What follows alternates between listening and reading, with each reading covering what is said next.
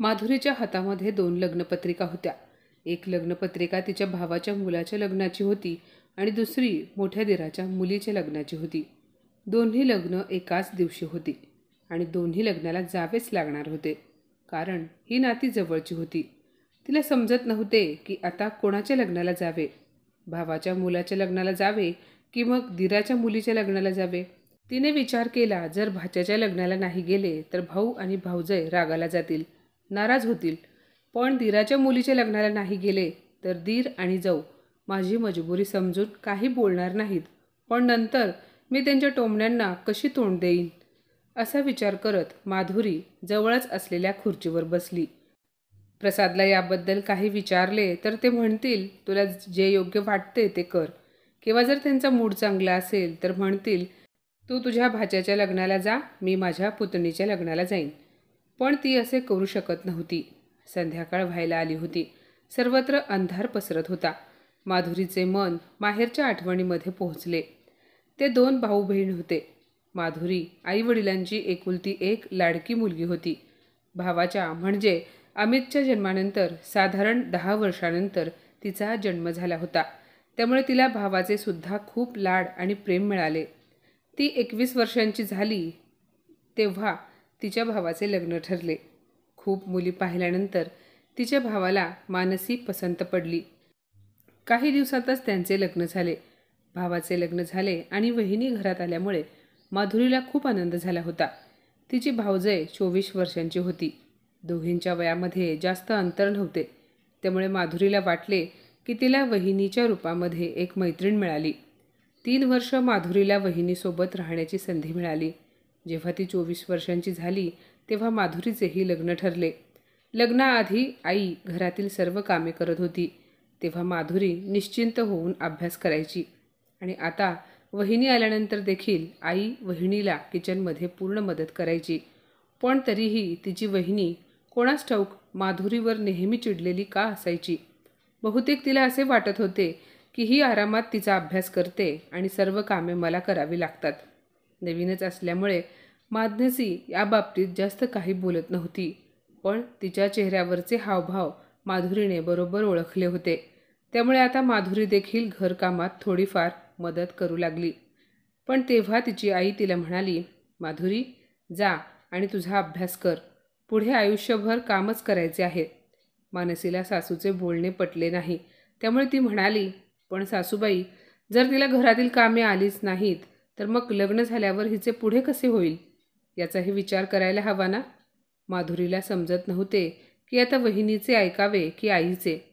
Madhuri MSc करत होती. कॉलेजमध्ये नेहमी टॉपर विद्यार्थ्यांमध्ये तिचे नाव असायचे. आता हळूहळू मानसीने माधुरीबरोबर बोलायचे सोडून दिले. त्याचप्रमाणे तिचा भाऊ देखील पूर्वीसारखा तिच्याशी बोलत नव्हता. ती समोर दिसली तरी अमित तिच्याकडे पाहून न पाहिल्यासारखा करत होता.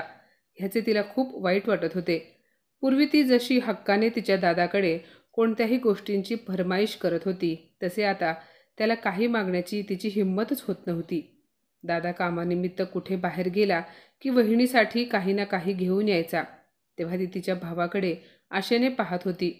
तिला असे वाटायचे की दादाने तिच्यासाठीही काहीतरी आणले असेल, पण तसे होत नव्हते. तिला कशाची कमी नव्हती, पण तरीही भावाने तिच्यासाठी काहीही न आणणे हे सांगून जायचे की आता त्याच्या आयुष्यात बहिणीचे काही महत्त्व राहिले नाही. तिने ही निष्पाप तक्रार तिच्या आईकडे केली. तेव्हा आईने तिला समजावले. आई म्हणाली, अगं वेडे, असेच असते. तुझे लग्न झाले ना, मग तेव्हा तुझाही नवरा असाच तुझ्यासाठी रोज काही ना काही आणेल. अगं नवऱ्यासाठी त्याची बायकोच सर्व काही असते. माधुरी म्हणाली, मग घरातील इतर लोक त्याचे कोणीच नसतात का? आई म्हणाली, असतात ना, पण बायकोपेक्षा कमी असतात. वहिनीचे तुटक वागणे माधुरीला समजत होते, तरीही तिने वहिनीच्या अशा वागण्याकडे दुर्लक्ष केले. माधुरीला वहिनीने कधी आपले मानले नाही. माधुरी 24 वर्षांची झाल्यानंतर तिच्या आईवडिलांनी तिच्यासाठी मुलगा पाहायला सुरुवात केली. माधुरीला प्रसादचे स्थळ आले. प्रसाद बँकेत ऑफिसर होता. त्याला एक मोठा भाऊ, एक बहीण आणि आई होती. मोठ्या भावाचे आणि बहिणीचेही लग्न झाले होते. माधुरीच्या आईबाबांना प्रसादचे स्थळ आवडले आणि तिचे लग्न झाले. सासरी गेल्यानंतर सर्वांनी माधुरीचे स्वागत केले, पण तिथे घरामध्ये मोठ्या जावेचे राज्य होते. संपूर्ण कुटुंबावर तिचे वर्चस्व होते. सासू नणंद एवढेच काय, पण तिचा नवराही मोठ्या भावजेचेच ऐकायचा. घरातील प्रत्येक गोष्टीत वहिनी जे बोलेल तोच अंतिम शब्द असायचा आणि याचा माधुरीला खूप राग येऊ लागला. माहेरी गेल्यावर तिकडचे सर्व काही मानसी वहिनीच्या हातात होते आणि इकडे सासरी सर्व काही मोठ्या जावेच्या हातात होते. त्यामुळे हळूहळू माधुरीच्या मनामध्ये जावेबद्दल द्वेष निर्माण झाला. तिने कधी एखाद्या गोष्टीबद्दल नवऱ्याला विचारले तर त्याचे एकच उत्तर असायचे की वहिनीला विचार. ती जर म्हणाली मला साडी घ्यायची आहे, माझ्यासोबत चला, तर तिला उत्तर मिळायचे की वहिनीसोबत जा किंवा मग चल वहिनीला सुद्धा सोबत घेऊन जाऊ, तिची आवड खूप छान आहे. तिने कधी विचारले जेवणात काय बनवू, तर तो म्हणायचा वहिनीला विचार. सासूसुद्धा मोठ्या सुनेला न विचारता काहीच करत नव्हती. माधुरीवर सर्वजण प्रेम करायचे, पण महत्त्व मात्र मोठ्या सुनेला देत होते. मोठा दीर आणि जाऊ कधी बाहेर गेले तर त्यांच्या मुलांना घरी सोडून जायचे, कारण मुलांना त्यांच्या प्रसाद काकाची सवय होती. मुलांना काकासोबत फिरायला जाण्याची सवय तर आधीपासून होती, आता काकूसुद्धा आली. मग काय, ते दोघे कुठे जायचे तेव्हा त्यांना दोन्ही मुलांना सोबत घेऊन जावे लागायचे. त्यामुळे एकदा माधुरी प्रसादला म्हणाली, अहो मला सांगा, आपले नवीन लग्न झाले आहे की जाऊबाईंचे आणि दादांचे झाले आहे? ते दोघे बाहेर जाताना एकटे जातात, मग तुम्ही आपल्यासोबत त्यांच्या मुलांना का घेता? प्रसाद म्हणाला, अगं मग काय झाले माधुरी, मुले लहान आहेत, त्यांना काय समजते? मुलांना दादा वहिनीपेक्षा माझी जास्त सवय आहे, म्हणून येतात ते आपल्यासोबत. माधुरी म्हणाली, मग आपली ह्या मुलांपासून काही सुटका होणार नाही असे वाटते आहे मला. प्रसाद म्हणाला, आता लहान आहेत म्हणून आपल्या मागे येतात, मोठे झाल्यावर कशाला लागतील मागे? माधुरी म्हणाली, पण जेव्हा ही मुले मोठी होतील तेव्हा आपण म्हातारे होऊ. प्रसाद म्हणाला, अगं पण आपल्याला जेव्हा मुले होतील तेव्हा आपली मुले वहिनी सांभाळेल, तेव्हा आपण एकटे फिरायला जाऊ. माधुरी म्हणाली, त्यांना स्वतःची मुले सांभाळता येत नाहीत आणि आपली मुले काय सांभाळणार आहेत? आताही जेव्हा माधुरी आणि प्रसाद बाहेर जायला निघायचे तेव्हा मुले त्यांच्या मागे लागली की माधुरीला राग यायचा आणि हे तिच्या जावेला माधुरीच्या चेहऱ्यावरून समजले होते. त्यामुळे तिची जाऊ मुलांना अडवायची, पण मुले काही ऐकत नव्हती. तेव्हा त्यांची आई 1-2 चापटा द्यायची. मग मुलांना रडताना पाहून प्रसादचा मूड खराब व्हायचा आणि प्रसादचा खराब झालेला मूड पाहून माधुरीचा मूड खराब व्हायचा आणि मग बाहेर जाण्याचा प्रोग्राम कॅन्सल व्हायचा. तेव्हा मात्र माधुरीला तिच्या जावेचा खूप राग येत होता. पण ज्या बाबतीत माधुरीला आपल्या जावेसोबत तडजोड करण्याची इच्छा होत नव्हती, त्या बाबतीत ती आपल्या वहिनीशी तडजोड करून तिला आनंदी ठेवण्याचा प्रयत्न करायची, जेणेकरून वहिनीचे तिच्याशी असलेले नाते चांगले राहील. जर माधुरी कधी माहेरी आली आणि तिचे दादा वहिनी कुठे बाहेर फिरायला गेले तेव्हा ती त्यांच्या मुलांचा सांभाळ करायची, त्यांची काळजी घ्यायची, त्यांना आपल्यासोबत फिरायला घेऊन जायची, चॉकलेट आईस्क्रीम वगैरे खाऊ घालायची. पण तरी देखील तिची वहिनी तिला जास्त भाव देत नव्हती. माधुरी अजूनही माहेरच्या घराला आपले घर समजत होती. त्या घरात पुन्हा पहिल्यासारखा हक्क शोधायची, पण तिचे सर्व प्रयत्न बेकार व्हायचे. तिची वहिनी आपला स्वार्थ साधून घेण्याइतपत माधुरीसोबत नाते ठेवत होती. त्यामुळे तिच्यात आत्मीयता कधीच आली नाही. माहेरी आल्यावर माधुरी जेव्हा वहिनीला स्वयंपाक खोलीमध्ये काही मदत करण्याचा प्रयत्न करत होती तेव्हा वहिनी तिला स्पष्टपणे दाखवून द्यायची की आता तिला तिच्या किचनमध्ये नणंदेने लुडबुड केलेली अजिबात आवडत नाही. नणंद 2-4 दिवसांसाठी माहेरी आली आहे तर तिने आईला भेटावे आणि निघून जावे. लग्नानंतर 1 वर्षाने माधुरीला दिवस गेले. पहिले बाळंतपण माहेरी असते, पण प्रसाद म्हणाला सासरीच डिलेव्हरी होईल, त्यानंतर काही दिवसांनी माहेरी जा. माधुरीला मुलगा झाला. तिची सासू वृद्ध असल्या कारणामुळे तिची जास्त देखभाल करू शकली नाही, पण तेव्हा मोठ्या जावेने माधुरीची खूप काळजी घेतली, आईप्रमाणे देखभाल केली. तेव्हा प्रसाद माधुरीला म्हणाला, पाहिलेस का माधुरी, वहिनी तुझी किती काळजी घेते. मी म्हणत होतो ना की वहिनीला तू चुकीचे समजत आहेस. मोठ्या जावेचे आपल्याबद्दल असणारी काळजी पाहून माधुरीच्या मनात जावेबद्दल प्रेम निर्माण व्हायला लागले की नवऱ्याने मोठ्या जावेची केलेली स्तुती ऐकून तिला पुन्हा राग यायचा. काही दिवसांनी माधुरीच्या आईने तिला काही दिवसांसाठी माहेरी ये असे सांगितले. तेव्हा 1 महिन्याच्या बाळाला घेऊन ती ती माहेरी गेली. प्रसाद तिला सोडायला आला होता, पण घरातून निघताना ती प्रसादला म्हणाली होती, एकतर तुम्ही मला बाळंतपणासाठी माहेरी पाठवले नाही, त्यामुळे आता मी 1-2 महिने तरी आईकडे राहणार आहे. तिचे बोलणे तिच्या जावेने ऐकले आणि म्हणाली, माधुरी, तुला अजून खूप अशक्तपणा आहे. तू स्वतःची आणि बाळाची काळजी घेऊ शकणार नाहीस. इथेच राहा काही दिवस, मग माहेरी जा आणि तुला वाटते तेवढा दिवस राहा. माधुरी म्हणाली, माझी आई आणि वहिनी घेतील माझी काळजी. माधुरीला तिच्या भावजेचा स्वभाव ठाऊक होता, तरीसुद्धा ती तशी बोलली आणि बाळाला घेऊन माहेरी निघून गेली. माहेरी आल्यानंतर ती खूप आनंदात होती. ह्यावेळेस खूप दिवस माहेरी राहणार होती. जेव्हा ती घरी पोहोचली तेव्हा तिला वाटले, आई किंवा वहिनीपैकी कोणीतरी तिच्यावरून बाळावरून भाकरी तुकडा ओवाळून टाकतील, पण भावजयने माधुरीला आलेले पाहिले आणि तिच्या खोलीत जाऊन बसली. तिच्या आनंदावर विरजण पडले. आईसुद्धा जास्त खुश दिसत नव्हती. माधुरीला आईकडे पाहून असे वाटले की आईने जणू रीतभात निभवायची म्हणून आणि तिचे मन राखण्यासाठी तिला माहेरी बोलावून घेतले होते. बहुतेक आईला माधुरी बोलावल्यावर लगेच येईल असे वाटलेच नव्हते. सासरी तिची मोठी जाऊ सतत तिच्या मागे पुढे करायची, तिच्या खाण्यापिण्याकडे लक्ष ठेवायची, तिच्या मुलाची काळजी घ्यायची. माधुरीची सासू सतत मोठ्या सोन्याला माधुरीकडे लक्ष देण्यास सांगायची. तिचा मुलगा तर सर्वांच्या काळजाचा तुकडा झाला होता, पण इथे माहेरी आल्यावर तिच्या मुलाला कोणी घेतले सुद्धा नाही. वहिनी नाराज होईल त्यामुळे आईचे लक्ष फक्त दादाच्या मुलांकडे असायचे. वहिनीला तर माधुरीशी काही देणे घेणे नव्हते. जो स्वयंपाक सर्वांसाठी बनायचा तेच माधुरीला दिले जायचे. बाळ लहान आहे तरीसुद्धा तिला पथ्याचे जेवण नव्हते. एका रात्री माधुरीची तब्येत खराब झाली, त्यामुळे ती मुलाकडे लक्ष देऊ शकत नव्हती. बाळ खूप रडत होता. तेव्हा तिच्या आईने बाळाला उचलून घेतले, त्याला शांत केले, पण माधुरीच्या पोटाचे दुखणे काही थांबत नव्हते.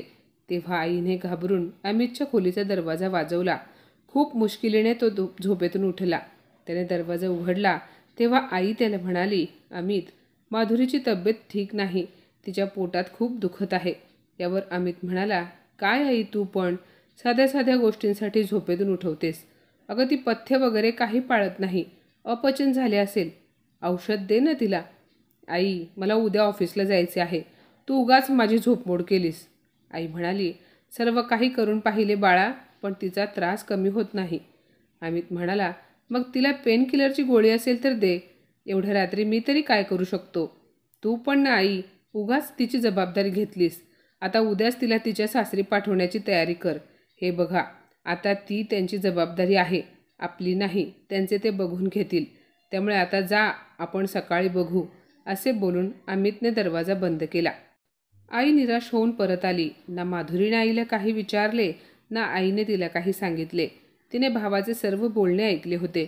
रात्रभर ती त्रासाने विव्हळत होती. तिच्याबरोबर आईसुद्धा रात्रभर जागी होती. पण दादा किंवा वहिनीने तिला काय झाले म्हणून येऊन विचारले देखील नाही. सकाळी पोटदुखी कमी झाली, पण तिची तब्येत अजून ठीक नव्हती. तरीसुद्धा दादा वहिनीने तिला येऊन विचारले नाही की माधुरी, रात्री तुला काय झाले होते, आता कशी आहेस? ती विचार करत होती, जर तिला असा त्रास सासरी झाला असता तर घरातील सर्वजण रात्रभर तिच्याजवळून उठले नसते. मोठी माणसेच काय, पण लहान मुलेही झोपेतून उठून बसले असते. पण इथे आईला सोडले तर ते दोघेही निवांत झोपले होते. असा विचार करताना तिचे अंतःकरण जड झाले होते. ती मनात म्हणाली की मी कोणत्या मृगजळाच्या मागे धावते आहे, ज्यामुळे माहेरी येऊन भाऊ भाऊजेकडून सतत अपमानित होते. रक्ताची नातीत सर्व काही असतात का? दीर जाऊ तिच्यावर जीव ओवाळून टाकायचे, पण त्यांना तिने कधीच आपले मानले नाही. उलट तिला असे वाटत होते की तिच्या नवऱ्यानेही दीराला जावेला जास्त महत्त्व देऊ नये. तिला वाटले, मग माझ्यात आणि वहिनीमध्ये फरक तो काय? ती अंथरुणात निराश होऊन बसली होती. तेवढ्यात तिची आई तिच्यासाठी चहा घेऊन आली. माधुरी रात्री जे काही घडले त्यामुळे दुःखी असेल हे आईला ठाऊक होते, पण आता आईच्या हातात काही नव्हते, त्यामुळे ती काहीच करू शकत नव्हती. आईने माधुरीला प्रेमाने विचारले, काय झाले बाळा, आता कशी आहे तुझी तब्येत? असे बोलून आईने तिच्या डोक्यावरून प्रेमाने हात फिरवला. माधुरी म्हणाली, आई, मी ठीक आहे. ती पुढे म्हणाली, आई, माझ्यामुळे तू देखील रात्रभर जागी आहेस. आई म्हणाली, अगं असे काय म्हणतेस? चल उठ आणि आधी तोंड धुवून चहा घे. माधुरी तशीच गप्प बसली. मनात अनेक विचारचक्र सुरू होते. माधुरी आईला म्हणाली, आई, माझी तब्येत जर सासरी बिघडली असती तर माझ्या दिराने आणि जावेने पूर्ण घर डोक्यावर घेतले असते. आईला समजले की माधुरीला नक्की काय म्हणायचे आहे. आई म्हणाली, बाळा, तू ज्या नात्यांना पाणी घालण्याचा प्रयत्न करत आहेस त्यांची मुळे पोकळ आहेत, सुकून गेली आहेत. बाळा, एक लक्षात ठेव, फक्त रक्ताची नाती सर्व काही नसतात. तुझ्या भाऊ भाऊजाईबरोबरचे नाते टिकवण्यासाठी तुझी धडपड करतेस, त्यातील काही अंशी धडपड तुझ्या जावेसोबतचे नाते टिकवण्यासाठी केलीस तर ते नाते फुलेल. जी नाती तुझ्याकडे पाऊल टाकत आहेत त्यांना धरून ठेव, त्यांचे स्वागत कर. जी नाती तुझ्यापासून दूर जात आहेत त्यांच्या मागे का धावतेस? आई पुढे म्हणाली, माधुरी, ही तुझी मृगतृष्णा आहे की कधी ना कधी तुझ्या भाऊजाईला तुझे प्रेम समजेल. काही लोकांना प्रेमाची भाषा समजत नाही. तुझ्या सासरच्या आपल्या माणसांना त्यांच्या प्रेमाला ओळख. तुझा दीर आणि जाऊ तेच तुझ्यावर मनापासून प्रेम करणारी तुझी खरी माणसे आहेत. त्यांच्या प्रेमाची किंमत तुला समजावी एवढेच मला वाटते. अगं, तुझे दीर आणि जाऊ तेच तुझे खरे दादा वहिनी आहेत, जे तुझ्या सुखादुःखात सोबत करतात, तुझी काळजी घेतात, तुझ्या चांगल्या वाईट वागण्याला तुझा अल्लडपणा समजून सर्व काही विसरून जातात. आई हेच तिला अनेकदा समजावण्याचा प्रयत्न करत होती. माधुरीच्या प्रेमाचा कल सासरच्या माणसांकडे असावा असे आईला वाटत होते, पण हे माधुरीला तेव्हा जणू समजूनच घ्यायचे नव्हते. पण आज कोणास ठाऊक तिला आईचे बोलणे पटले होते. आईचे बोलणे तिच्या अंतर्मनापर्यंत पोहोचले होते. आई निघून गेली तेव्हा माधुरी एकदम शांत झाली. तिला आठवले, जेव्हा तिच्या किडनी स्टोनचे ऑपरेशन झाले होते तेव्हा सुद्धा तिच्या सासूने जावेने दिवस रात्र एक केला होता आणि इकडे दादा वहिनीने फक्त एक फोन करून आपल्या कर्तव्याची इतिश्री केली होती. धीर जावेने तन मन धन एक केले होते. तिची नणंदसुद्धा ऑपरेशनच्या वेळी 2 दिवसांसाठी तिच्याकडे आली होती. आज मागच्या सर्व गोष्टी स्पष्ट झाल्या होत्या. तिच्या डोळ्यांवर पसरलेला मोहाचा पडदा दूर झाला होता. तिला समजले होते की जे तिला आपलेसे करत होते त्यांना ती दूर लोटत होती आणि जे तिला दूर लोटत होते त्या नात्यांच्या मागे ती धावत होती. तिला पटले की तिचा दीर आणि जाऊच हेच तिचे खरे दादा वहिनी आहेत, ज्यांच्याकडून तिला नेहमी धाकट्या बहिणीप्रमाणे प्रेम मिळाले. ती उठली आणि गुपचूप तिची बॅग भरायला लागली. तेव्हा तिची आई खोलीत आली आणि म्हणाली, काय करते आहेस माधुरी? माधुरी म्हणाली, मी माझ्या घरी चालले आहे आई, माझ्या दादा वहिनीकडे. आई हसली आणि आईने तिच्या कपाळावर ओठ टेकवले. दुसऱ्या दिवशी माधुरी सासरी परतली. ती माहेरी 1-2 महिने राहणार असे सांगून गेली होती, पण तिला अचानक आलेले पाहून घरात सासू, नवरा, जाऊ, दीर हे सर्वजण आनंदी झाले. तिला कोणीही विचारले नाही की तू एवढ्या लवकर परत का आलीस. हळूहळू वेळ काही वर्ष पुढे सरकला. तिची मुले थोडीशी मोठी झाली. मग त्यांची बदली पुण्याहून मुंबईला झाली.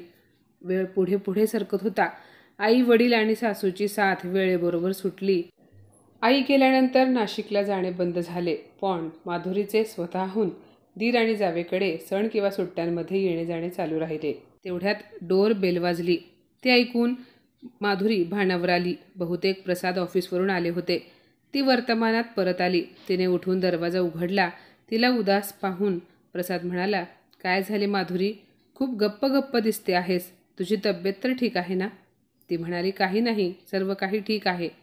पुण्याहून प्रीतीच्या लग्नाची लग्नपत्रिका आली आहे. जायची तयारी करायची आहे, रिझर्वेशन करायचे आहे. हाच विचार करत होते. प्रसाद म्हणाला, दुसरी लग्नपत्रिका कोणाची आहे? माधुरी म्हणाली, नाशिकहून आली आहे. ती पुढे म्हणाली, तुम्ही फ्रेश व्हा, मी तुमच्यासाठी चहा घेऊन येते. असे बोलून माधुरी किचनमध्ये गेली. तिने 2 कप चहा बनवून आणला. प्रसाद म्हणाला, अगं, ही तर तुझ्या भावाच्या मुलाची लग्नपत्रिका आहे, तिकडेही जावे लागेल. आपण असे करूया, तू तुझ्या भाचीच्या लग्नाला जा. माधुरी प्रसादचे बोलणे मध्येच थांबवत म्हणाली, नाही, तुम्ही तिकडे आहेर पाठवून द्या. आपण दोघेही पुण्याला जाऊ आणि काही दिवस आधीच निघू, कारण ते आपल्या घरचे लग्न आहे. मला तिकडे जाऊबाईंच्या हाताखाली मदत करावी लागेल. माधुरीचे बोलणे ऐकून प्रसाद आश्चर्यचकित होऊन तिच्याकडे पाहत होता. त्याला सर्व काही समजले.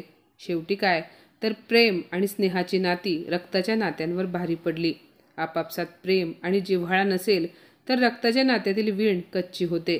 त्यामुळे सावलीच्या मागे धावण्यापेक्षा सत्य स्वीकारले पाहिजे. तर माझ्या मित्रमैत्रिणींनो, आजची ही कथा तुम्हाला कशी वाटली कमेंटमध्ये नक्की सांगा. आणि अशाच नवनवीन कथा ऐकण्यासाठी प्रज्ञा मराठी स्टोरीजला नक्की सबस्क्राईब करा. धन्यवाद.